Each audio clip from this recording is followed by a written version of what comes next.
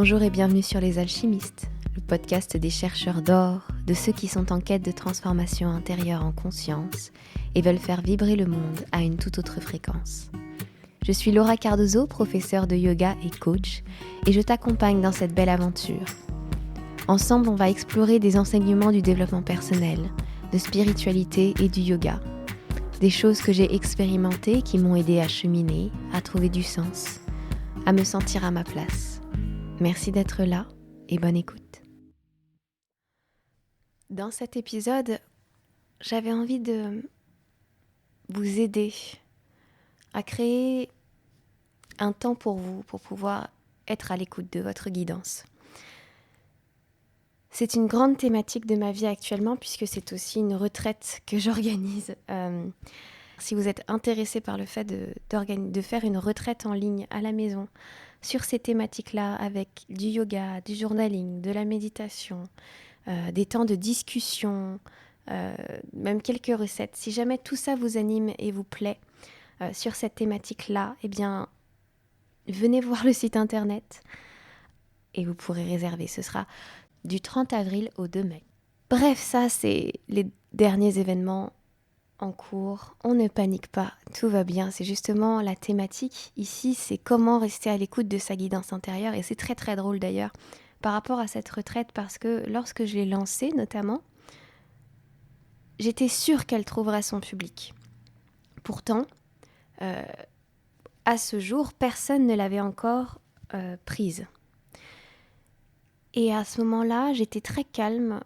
J'ai eu bien sûr une part de déception, mais j'ai réussi à prendre beaucoup de temps et beaucoup d'espace pour mettre à plat mes idées, mettre à plat mes pensées et mes émotions, comme je vous apprends à le faire dans tout ce podcast. Et ce qu'il en est ressorti, le message que j'ai pu capter depuis ma guidance personnelle, c'est qu'il allait se passer quelque chose pour le mieux.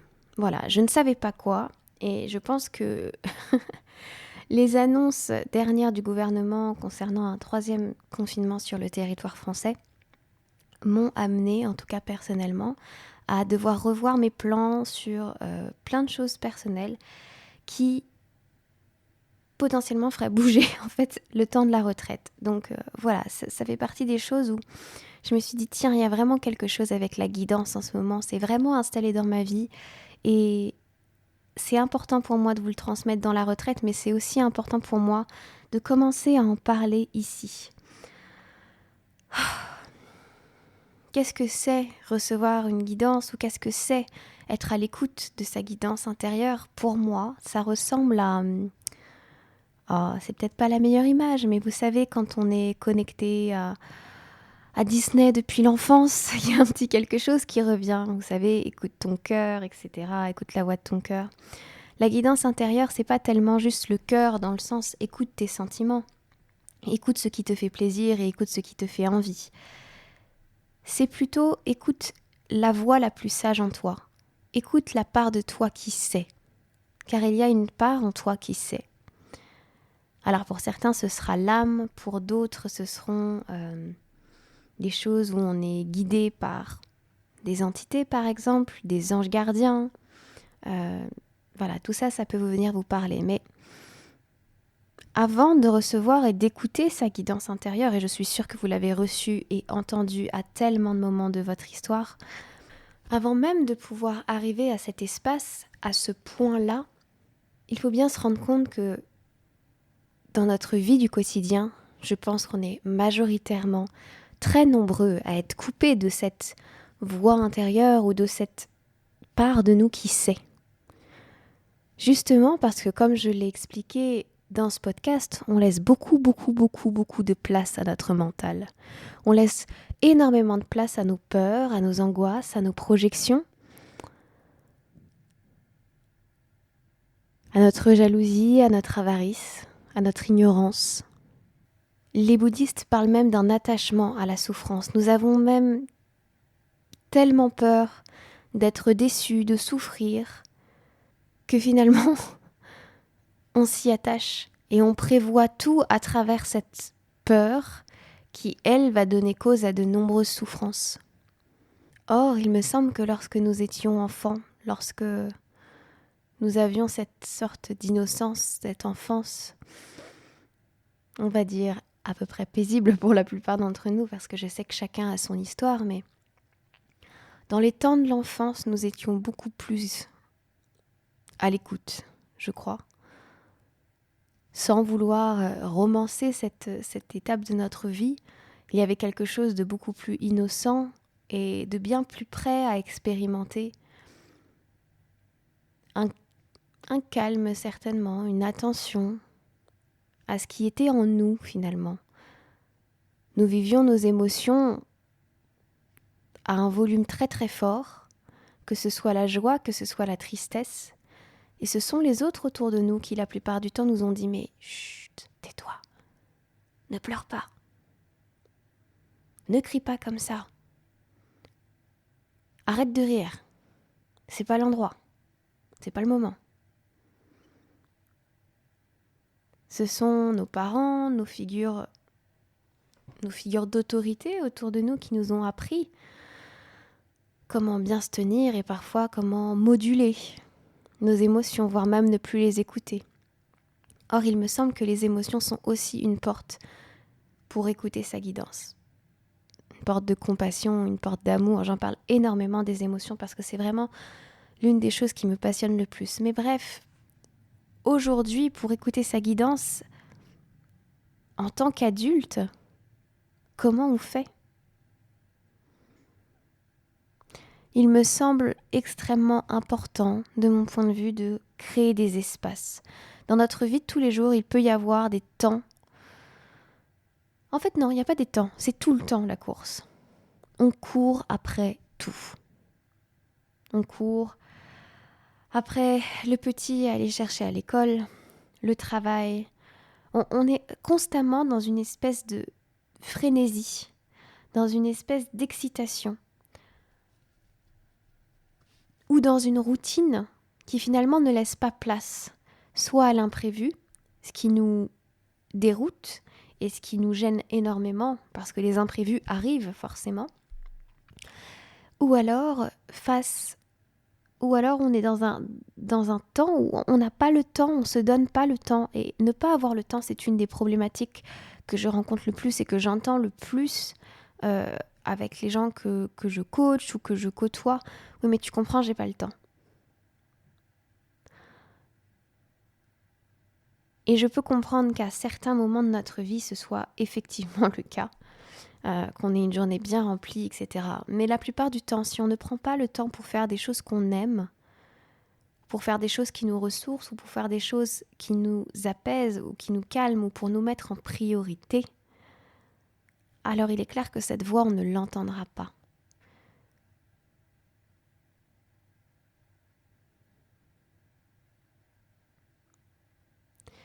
Surtout si écouter sa guidance intérieure, c'est quelque chose dont vous n'avez pas l'habitude. Peut-être que si je vous parle d'intuition, ça vous parlera un petit peu plus que le mot guidance intérieure, mais l'intuition encore est moins sûre que la guidance, est moins... Une intuition, il y a encore du doute, selon moi. Tiens, j'ai l'intuition que ça va se passer comme ça. Lorsque vous recevez, entre guillemets, une guidance depuis votre âme, ou que vous savez, vous ne pouvez pas l'expliquer, mais vous savez. C'est la part de vous qui sait tout, qui vient se livrer à vous pendant un petit temps. Ralentir, ça va être essentiel. Et quand je vous parle de cette période de vie dans laquelle on n'a pas le temps, c'est quelque chose que j'ai expérimenté moi-même. Des moments où j'arrêtais pas de dire « mais j'ai pas le temps, je m'en souviens parfaitement. D'ailleurs, j'étais pas vraiment heureuse, j'étais déjà professeure de yoga.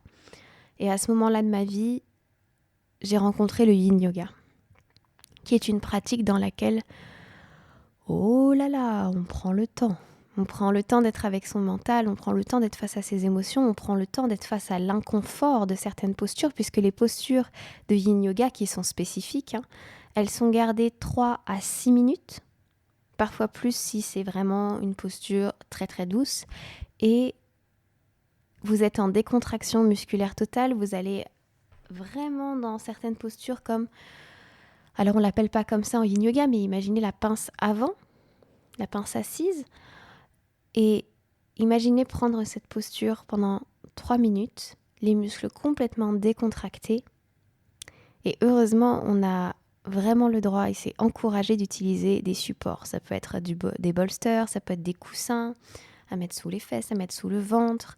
Ça peut être des plaids, des choses comme ça pour pouvoir aider le corps à, entre guillemets, se relâcher, aider les muscles à se détendre. Parce qu'on travaille non pas avec les muscles, on travaille avec des tissus beaucoup plus profonds. Et tout ce système de yin yoga est aussi nourri par une connaissance des méridiens et de la médecine chinoise. Quand j'ai découvert le yin, j'étais professeure de yoga, je donnais 15 heures, je crois, de cours de yoga par semaine, ce qui est un rythme intense. Et donc c'était que du hatha. Et je donnais aussi des massages à l'époque, donc je crois que c'était 2 à 3 heures par semaine de massage. Ce qui pour moi, en termes d'énergie, représentait le double de l'énergie de ce que je donnais sur une heure de hatha. C'était vraiment... oui, c'était énergivore. Si vous connaissez des gens qui massent autour de vous, faites-leur un grand câlin, parce que déjà, ils vous donnent beaucoup de bonheur. Ils apaisent vraiment votre corps et surtout, ça leur demande... beaucoup d'énergie de faire ça.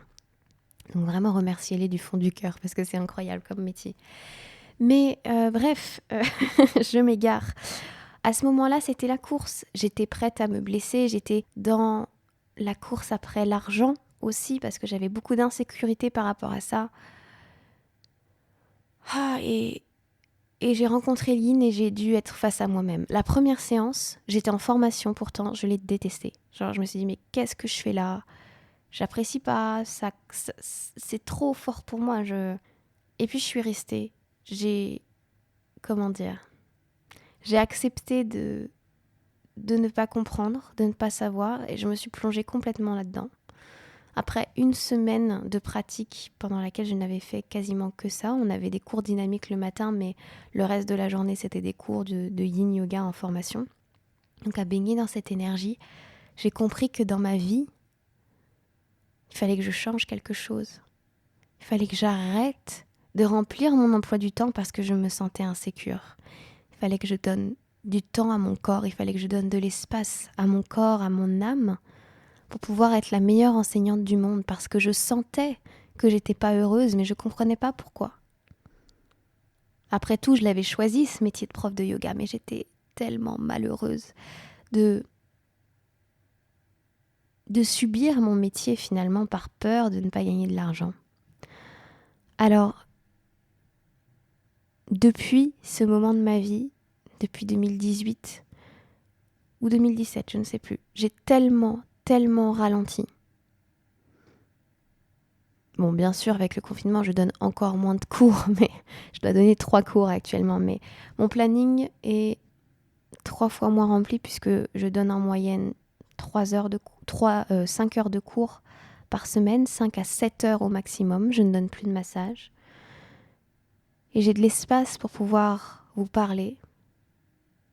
J'ai de l'espace pour pouvoir méditer, pratiquer, écrire. Ça a changé la profondeur de mon enseignement, ça a changé mon être, mes transformations. Alors bien sûr, tout le monde ne peut pas avoir la transformation et les changements que j'ai, puisque tout le monde n'a pas un métier comme le mien qui permet d'avoir, entre guillemets, moins d'heures de travail, puisque malgré tout, le podcast, vous savez, c'est du travail. Mais, oui, et tout ce que je fais autour quand même, mais mine de rien, parfois, dans votre vie agitée, observez ce qui vous agite. Pour moi, c'était clairement la peur de manquer. C'était aussi la jalousie envers les autres profs. Pourquoi tel prof y arrive et pas moi ? Alors je vais m'activer pour montrer que je peux le faire. L'envie de prouver à quelqu'un aussi que je pouvais y arriver. Qu'est-ce qui vous agite à ce point pour vous empêcher d'être votre priorité pendant un quart d'heure par jour, une demi-heure par jour, Ça peut être le temps du café le matin, ça peut être le temps où vous prenez votre douche et vous mettez vos soins sur votre corps. Ça peut être un temps d'écriture, ça peut être un temps où maintenant on a un temps de plus en plus beau à l'extérieur où vous allez marcher. Votre pause du midi au travail où vous prenez le temps d'aller face à la mer si vous vivez pas loin, de vous poser à un café rien que pour vous. Oui, en ce moment les cafés, j'avoue que c'est pas tout à fait possible, mais vous voyez l'idée. Et dans ce temps-là,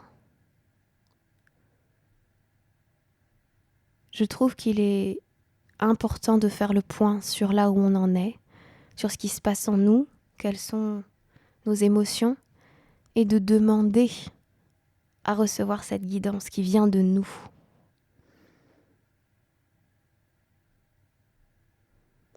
Il y a un exercice que j'aime énormément, je pense vous l'avoir déjà transmis, mais il est tellement dans cette lignée, il est tellement inscrit dans ce que je suis en train de vous raconter que je ne peux pas ne pas vous le proposer. Peut-être pendant ces un quart d'heure, une demi-heure par jour que vous prenez pour vous, pour créer de l'espace, pour apprendre à apprivoiser cette voix et à l'écouter et à en être de plus en plus sûr que c'est elle qui s'adresse à vous.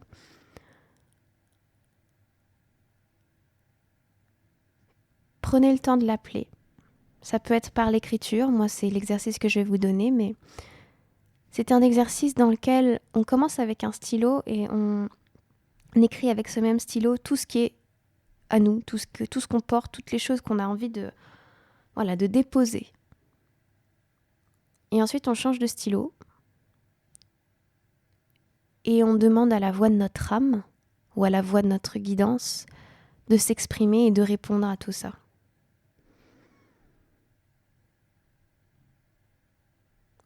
Les réponses sont tellement surprenantes et sont tellement profondes et sont tellement plus sages et sont tellement pleines d'amour.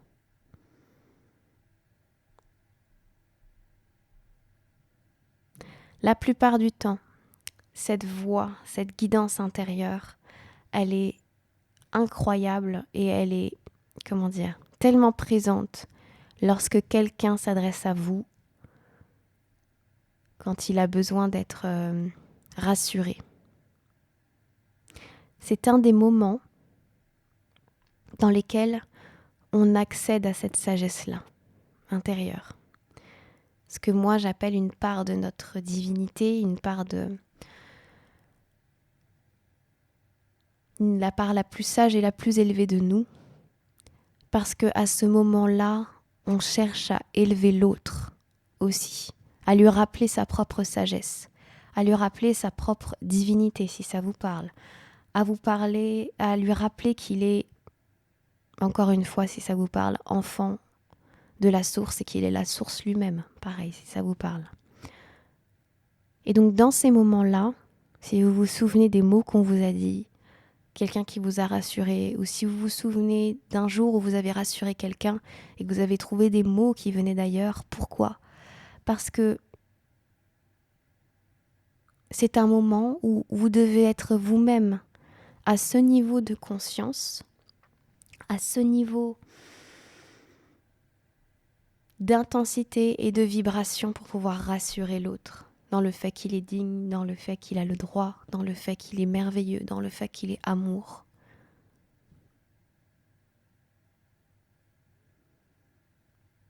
Vous devez être dans cet espace pour pouvoir le rassurer de façon magnifique, pour pouvoir lui rappeler qu'il est exactement, qu'il vibre lui aussi à cette vibration s'il en a envie. C'est un dernier message assez fort, dis donc. En tout cas, il me touche beaucoup. Je voulais vous remercier infiniment pour votre présence, pour vos messages. C'est incroyable pour moi de pouvoir délivrer des messages comme ceci, de vraiment ne plus me censurer, de continuer à parler de ce qui m'anime profondément, c'est-à-dire tout cet aspect avec le développement personnel, bien sûr. On voit des choses très concrètes ici. La spiritualité. Ça, c'est quelque chose que j'ai pas partagé pendant très longtemps parce que j'avais peur, et aujourd'hui de le faire, et avec tant d'amour, et en essayant bien sûr de toujours respecter vos propres croyances, c'est très important pour moi. J'en suis vraiment hyper heureuse et hyper touchée de voir vos retours aussi qui sont incroyables. Je suis hyper heureuse, et en enregistrant cet épisode, je comprends à quel point il est très important pour moi aussi de donner cette retraite. Il est important pour moi de rappeler à chacun cette voie-là, de l'aider à créer de l'espace si c'est difficile dans sa vie, ou simplement de l'aider à expandre cet espace, à redevenir sa priorité, à comprendre la nécessité de se détacher de ses pensées, d'observer ses émotions, de les accueillir, de les aimer, et d'être à l'écoute de sa guidance, d'être au plus près de soi. C'est tellement bon. Merci infiniment, et je vous dis à la semaine prochaine. Namaste.